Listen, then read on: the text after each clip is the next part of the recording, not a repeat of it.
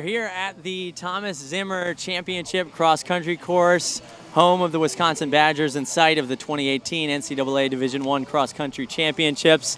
It's risen above 30 degrees this morning, some snow on the ground, and we're ready for a great championship race. I'm Ryan Fenton alongside Gordon Mack from Flow Track and NCAA champ multiple times, formerly Abby DiAugustino, now Abby Cooper. Abby, how you doing?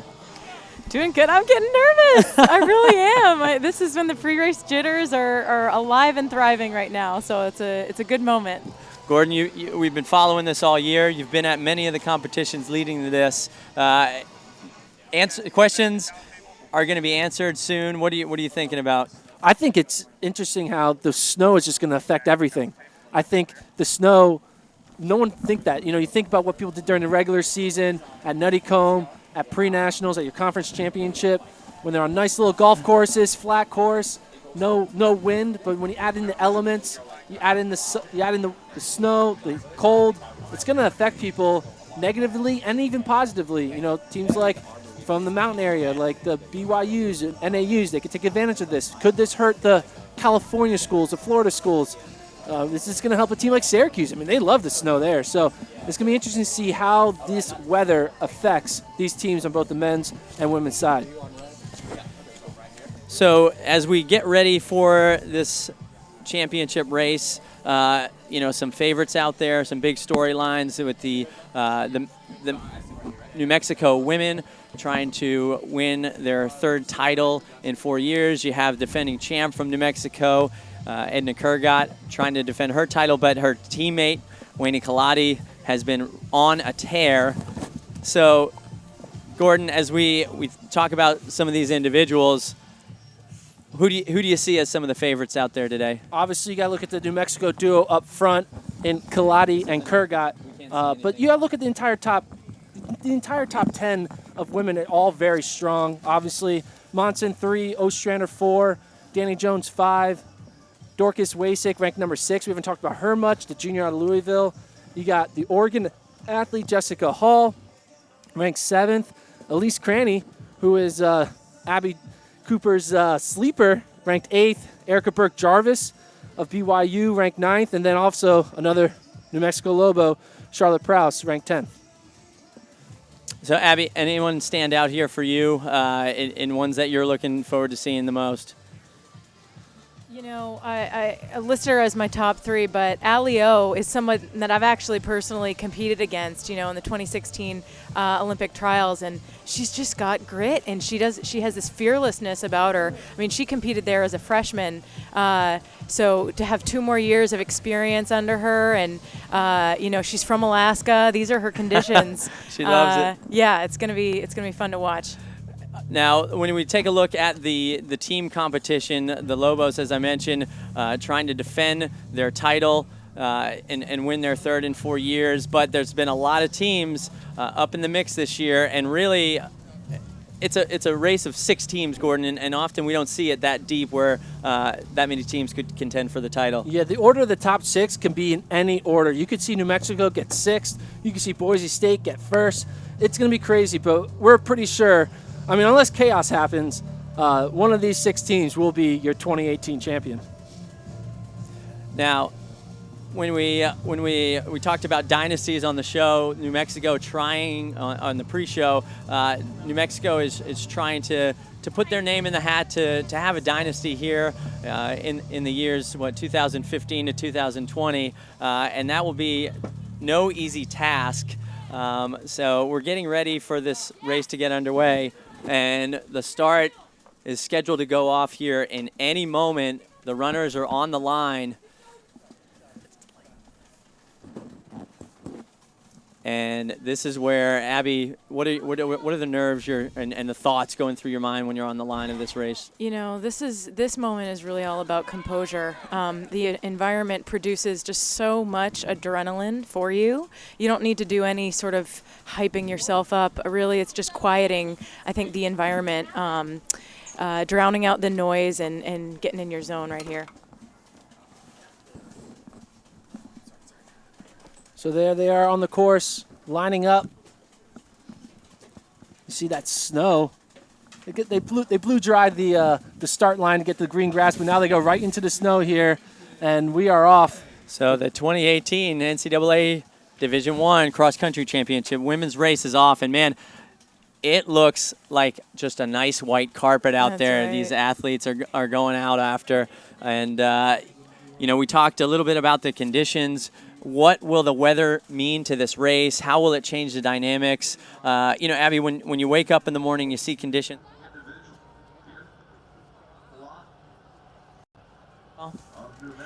I mean, I think it just makes it all the more important to just be open, to be able to adapt, to know, to just have a pulse on what the leaders are doing, you really just, at this level, you have to be able to check and adjust, especially at nationals where anything could happen weather-wise, and to be able to spin any sort of unfamiliar race conditions positively, and how can they actually be a benefit to you. So just over a minute 15 into this race, coming up on the first quarter mile. We're also joined in the booth by Wisconsin alum and a team champion at this event in 2011, top 5 finisher himself, Mo Ahmed. Mo, how you doing? I'm doing well. How are you? Not too bad, not too bad. Talk to us a little bit about you've trained on this course for years. Yeah. You know it well. What's this opening like that we're watching now? This long straightaway. Yeah, this opening, they're gonna come up to a turn and they're gonna start climbing. That's about a K in, I believe. So you and then a little bit of a downhill right after the K. So it's going to be, you got to kind of negotiate with that a little bit. So, yeah. How important is it, Mo, for getting positioning on a race like this? You know the width of the paths around the entire course. How important is positioning for a race on this course? It's very important. I think it's this course can be a little, if you don't get out really hard, you have to stay patient a little bit and look for openings. But I think the fact that they've done like bigger loops, you can take risks somewhere if you didn't get a good start somewhere, later on in the race to try to move up. But it's definitely critical. If you're one of the favorites, you have to be in contention pretty early because moves are going to be made.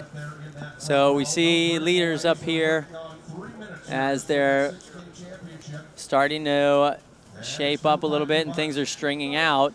And you'll see the map here talking about some of the things Mo just went, that big turn right after that straightaway leading into the back part of the course. Abby, do you remember this part of the course well? Yeah, it's a deceiving little baby climb there. It's really, as I continue to say, energy conservation is just so important, especially where the wind is a bit biting today.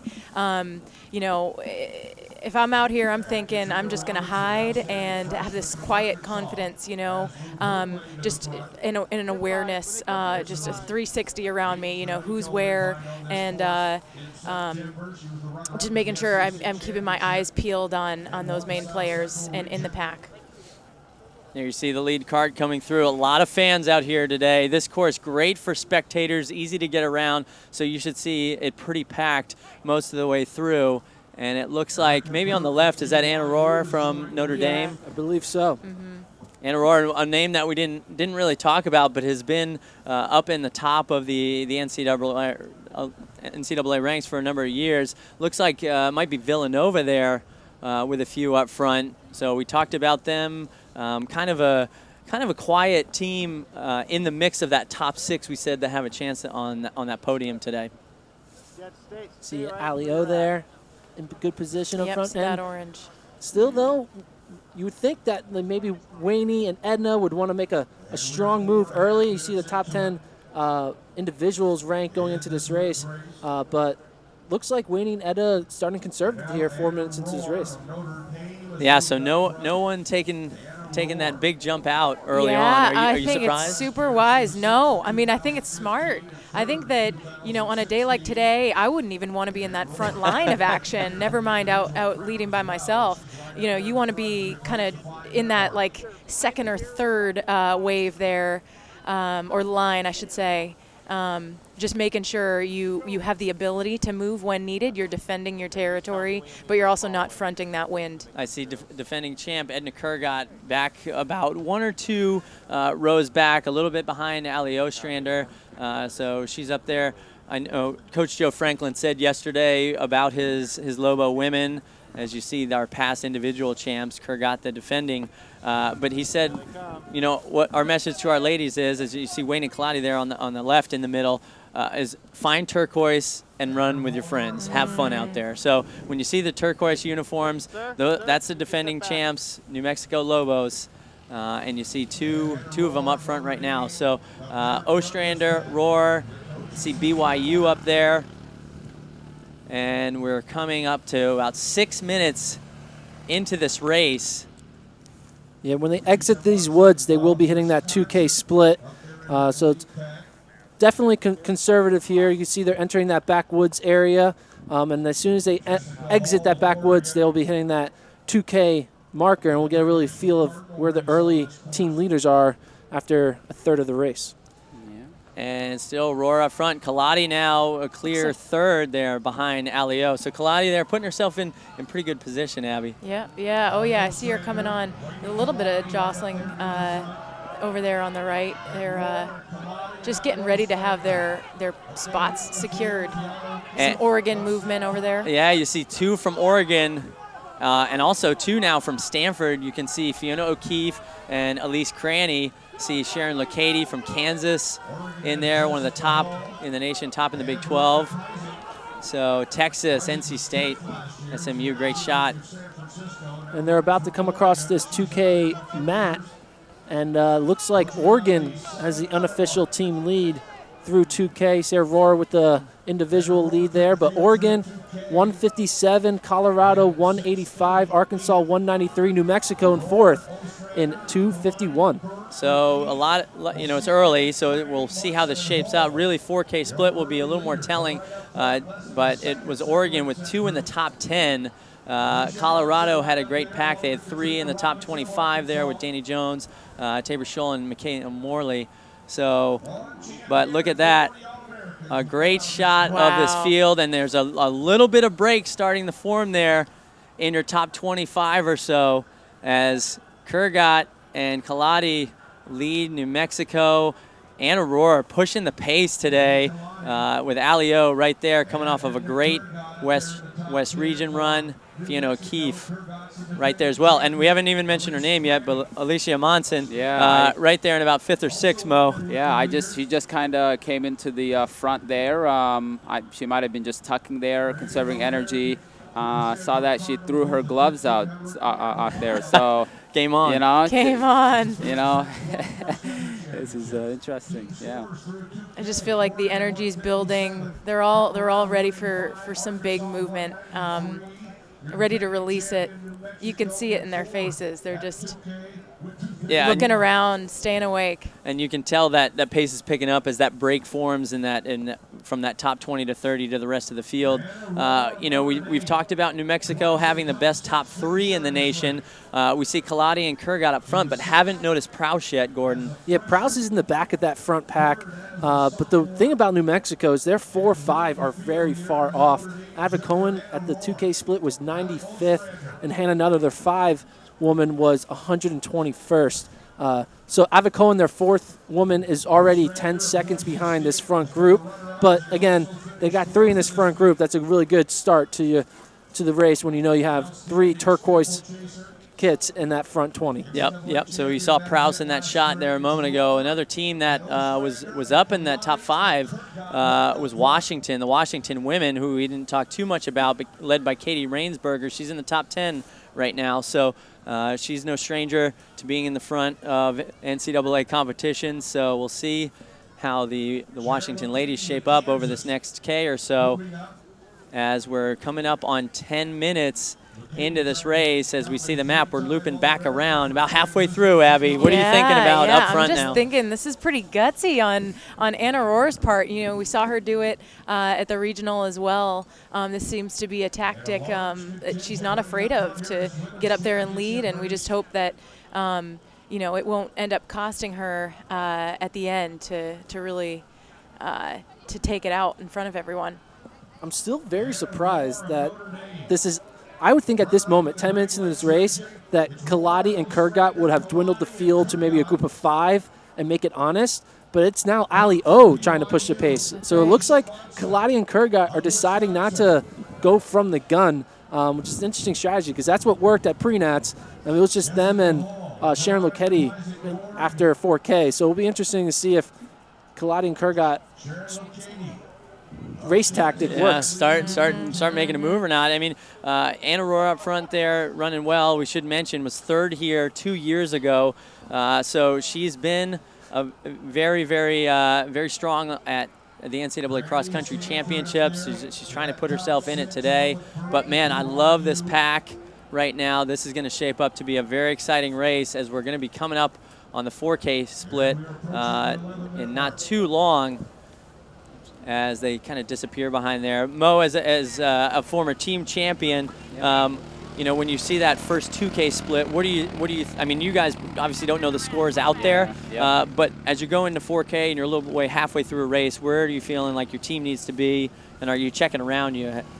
Yeah, for the men, you want to be sometime in the 5K after 5K. You want to be moving up and in good position, but I think the matchup situation is the key thing. Our teams trying to employ, trying to find, the other teams, the favorite teams, number 2, number 3, and how they match up against them. And a lot of the time they're just out there, just kind of running along those guys, along with those people. So I don't know how much of that is going out there today, but it looks like a big pack out front, and I don't know what kind of pace they're going at, but Danny Jones, Colorado, this kind of slow race is gonna go play into her hands, and Alicia Cranny as well.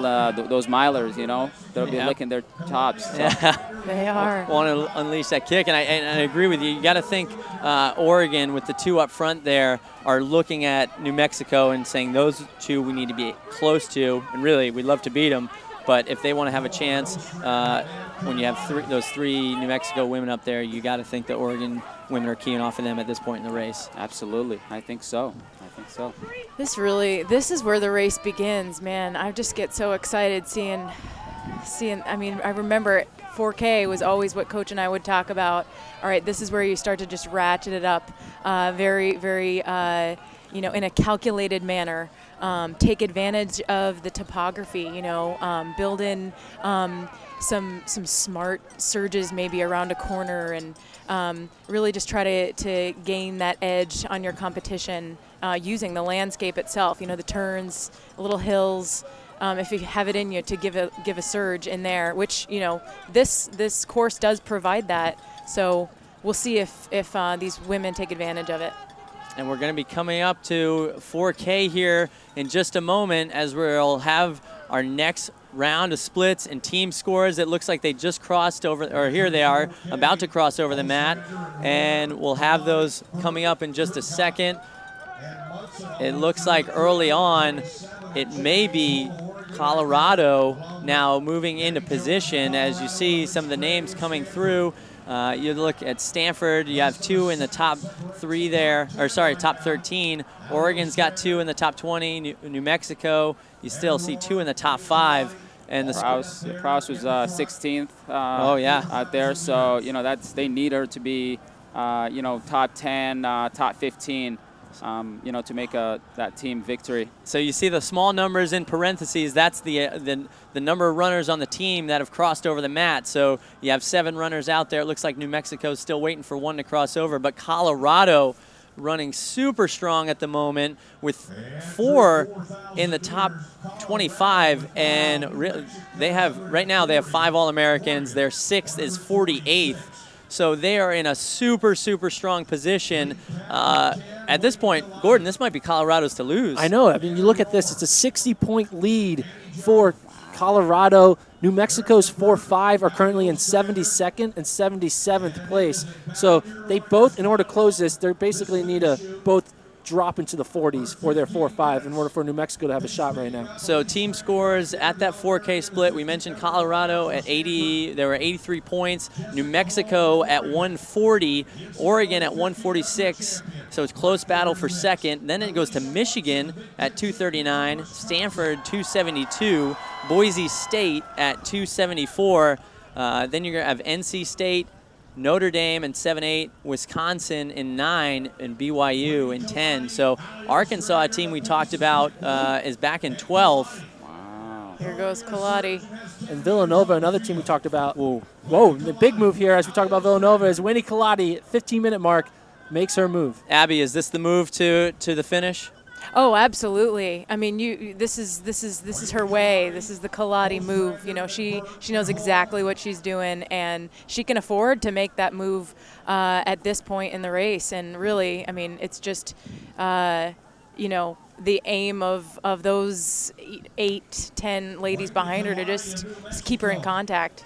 So this could be the move to win that individual title. They're trying to keep it at New Mexico. It might not be Edna Kurgat repeating, but her teammate, Wayne Kaladi, the sophomore, after 7th place finish a year ago, trying to win her first NCAA title. And as you see that gap opening up, we'll get a great shot here of where she's at. It looks like that might be Jessica Hull, Ali Ostrander leading that chase group. Again, Oregon knowing they need to be up there for the team to have a shot, but I don't know if any of them know how much of a lead Colorado has at the moment. Look at that. That's a great shot of that gap. Kaladi, I mean, that's all in the last quarter mile. Yeah, oh yeah. Yep, yeah, it seems like she was waiting till that exact point, and she really did it confidently enough that she was able to drop those 5 incredibly strong women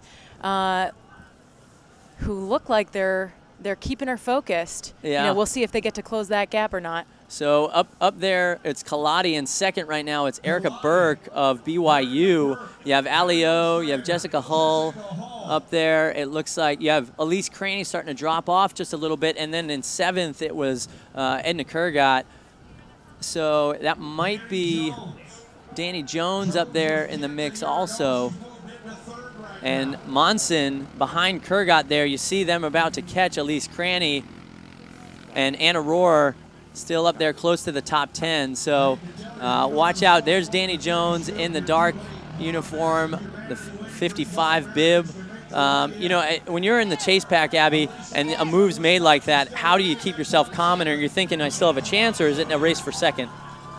You absolutely believe. I mean, you're at an advantage having someone to chase down at that point. You never, I mean, until you cross that finish line, you never give up on that opportunity. So really, it looks like that's what these women are doing right now. Erica Berg, it's a name that we didn't throw around a lot earlier, but she's looking really strong. Yeah, Erica Berg redshirted last year, gave birth to a newborn, and now back here after taking a year off. And she was top 40, I believe, in 2016, and now she's challenging the lead pack to try to catch up with Winnie Kaladi. So BYU could be putting up a top 5 individual. You see Danny Jones now making a move to second. This is it. Danny Jones, we said if the race was conservative in that pre-show that she would have a shot with that kick. And so now she's got to give some thanks to Erica Berg for trying to bridge that gap and keep it close. But Danny Jones, can she have a shot at Wayne Kaladi? You know, Gordon, you've watched them race on the track. I gotta think if Danny Jones is in striking distance, Kaladi's gonna have a tough time holding it off. And you can see Danny Jones right there, about 10 meters back on the home straightaway. Wow. Can she wheel her in? You can see it in her eyes. She's fighting. Jessica Hull back there fighting for Oregon, their team points. Right now, these are the 3 teams all trying to go for it. It is New Mexico's Kaladi, Jones from Colorado, Hull from Oregon. You got Berg there. And look at Edna Kurgat. She's moving up. She was back in 7th, now in the top 5 almost, right there with Alio. Oh, man, right to the end, Danny Jones has made the pass on Wayne Kaladi, and it looks like Danny Jones might run away with this to win her NCAA title here in Madison. And it's going to be Danny Jones winning it, upsetting Wayne Kaladi. And will she lead Colorado to the team title. We're going to find out here in just a moment. Unbelievable finish and way to stay composed by Danny Jones. Kaladi in second. There's Jessica Hull. And look at Monson finish strong for that fourth. Kurgat fifth. That's 2 for New Mexico. There's a third for New Mexico. Charlotte Prowse takes ninth. Wow. Colorado goes 1-8. So we got 2 Colorado and 3 New Mexico. You got two from Oregon that are in. Rohr hung on to that 10th spot. Western Kentucky, there's another Colorado. Stanford's Fiona O'Keefe is in. It looks like Northwestern. Katie Rainsberger from Washington. Furman's got one. BYU's got another. Colorado. So Colorado has 3. Colorado goes 1-8-15, and they also, whoa. And it looks like that might have been their 4th coming in also. So New Mexico goes 2-5-9. Colorado 1-8-15-22. Colorado might win this. Do they get their 5th? And they are in. New Mexico just had another come in. That was their 4. And there's New Mexico's 5th right Ooh. after their 4th. Oh, this is going to be close. So Colorado has their 5th come in as we wait for this finish. What a sight. Wow. And what a race at the end there. Wow. There you see some of the results with Danny Jones. Here it is, unofficially. Wow. So that, again, unofficial. We don't have all the teams in there, so don't hold that for truth just yet as we are waiting. Colorado has that 13-point virtual lead based on individual matchups. So Colorado is very likely to win this based on where Oregon and the other top-tier teams are. I think Colorado is going to be close on winning this title over New Mexico. So unbelievable race. Colorado, Gordon was a favorite not too long ago and did not have the race they wanted to.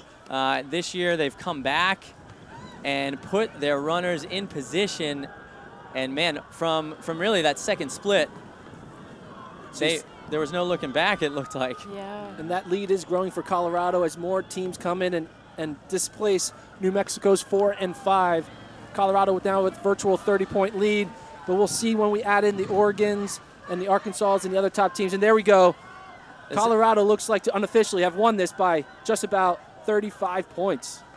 So 65 points for Colorado, and they may have stopped the Lobos in their quest for the 3rd in 4 years. Oregon on the podium, unofficially again, these scores, 160, Michigan in 4th.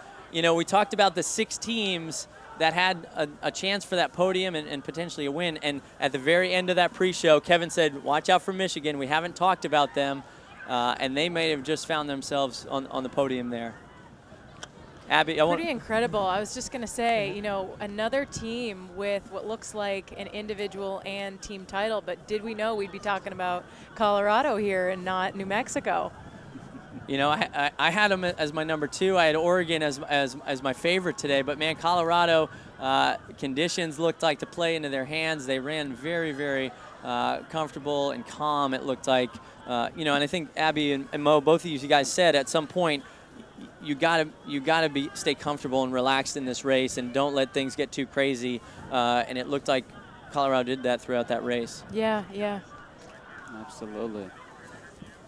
So, unofficially, again, 65 points as some of the displacement continues to happen. 103 for New Mexico, and it looks like we have Colorado, the unofficial team winners at the moment, standing down on the finish line with Kevin Sully. We're going to send it down to them.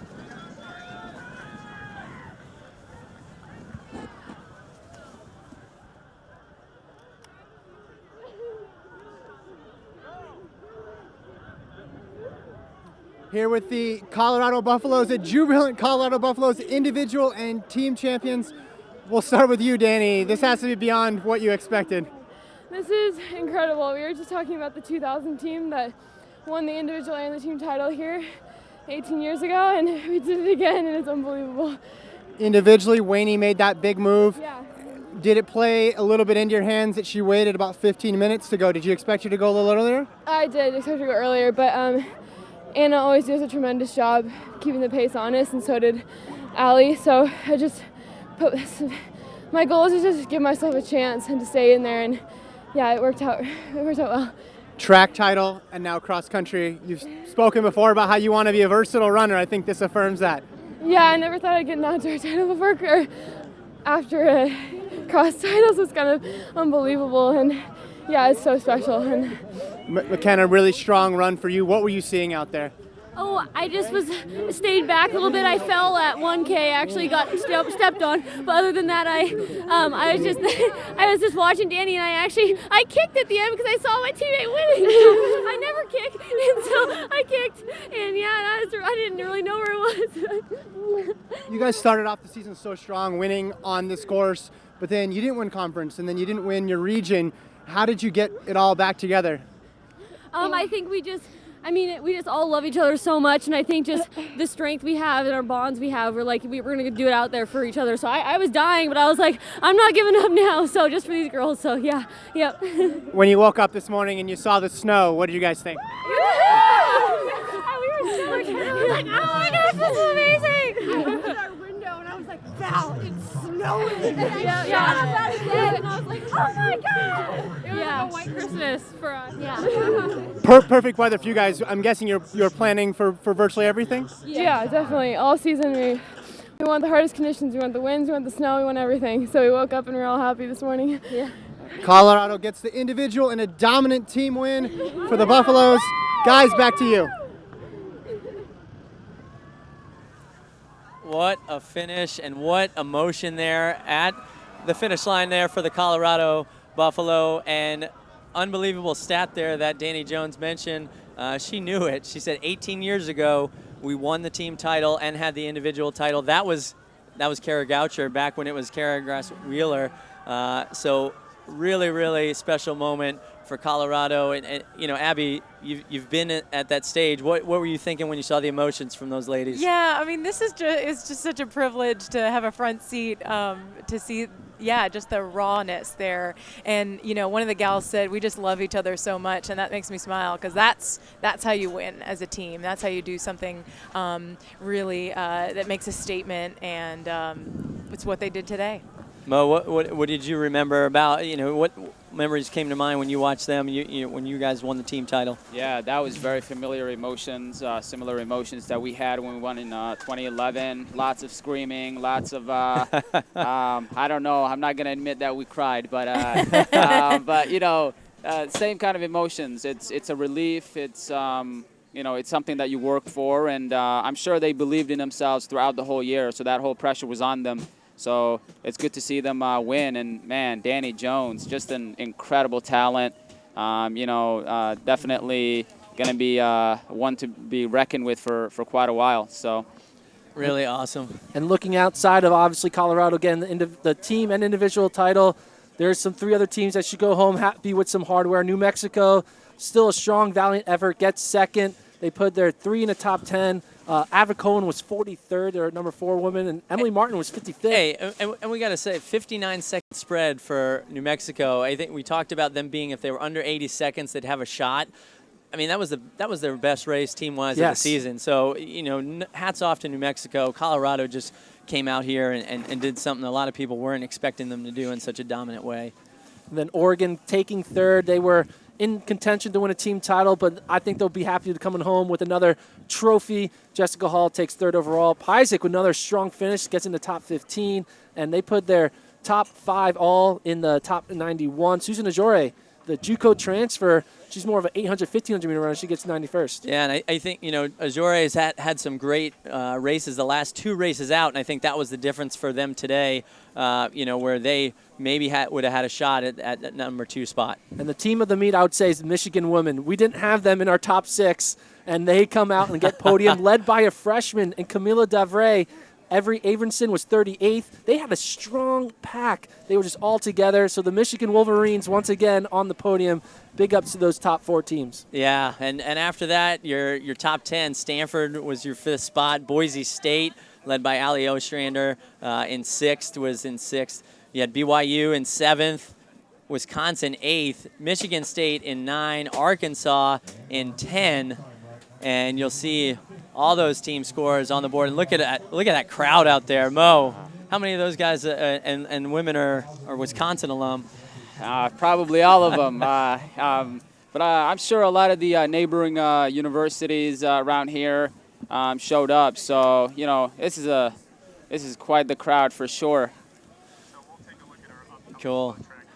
Man, this is exciting day. First race in the books. Don't forget that we're going to have the D2 women's race starting here actually right now if you want to switch over before the men's D1 race comes back. But as you look at our upcoming schedule, after D1 and D3 today, in a week's time you'll have the Division 2, or excuse me, 2 weeks time you'll have the Division 2 championships, European Cross Country Championships also coming up in December, and then the indoor season is going to get underway with Boston University, one of the top venues in the country to run. We'll have a number of meets up there, and then on the West Coast, University of Washington, where we see the UW Preview, the Invite, the Husky Classic, and the Last Chance meet. So a ton of things coming up. And don't forget the conference meets this year with MPSF, Big 10s, Big 12s, Mountain West, and also adding the MEAC to the calendar this year. So indoor schedule looking very exciting. You know, I don't know for Mo and Abby if you guys have much indoor coming up, but we got some meets if you want to run. So Crazy. It's right around the corner. Yeah. Absolutely. So with that, again, Division